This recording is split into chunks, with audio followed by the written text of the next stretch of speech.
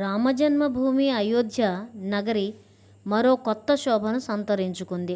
ప్రపంచంలోనే మొట్టమొదటి మైనపు రామాయణ మ్యూజియం ఇక్కడ కొలువుదీరింది.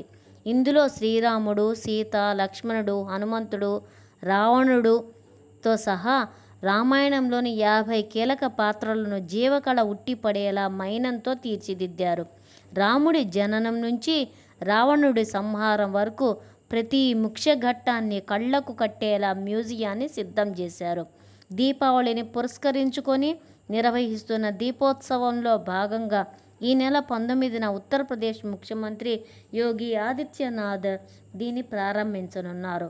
కేరళకు చెందిన సునీల్ వ్యాక్స్ మ్యూజియం సంస్థ దక్షిణ భారత సంప్రదాయ నిర్మాణ శైలిలో నిర్మించింది.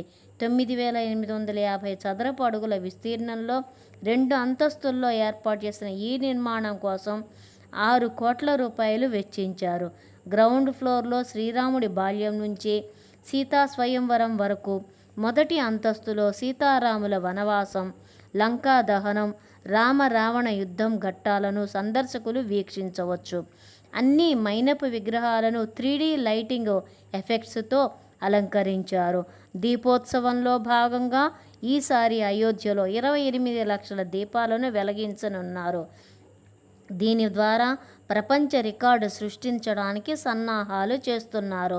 రామ్ మనోహర్ లోహియా అవధ్ వర్సిటీ విద్యార్థులు 56 ఘాట్లలో ఇప్పటికే దీపాలను అమర్చే ప్రక్రియను మొదలుపెట్టారు. ఈటీవీ భారత్.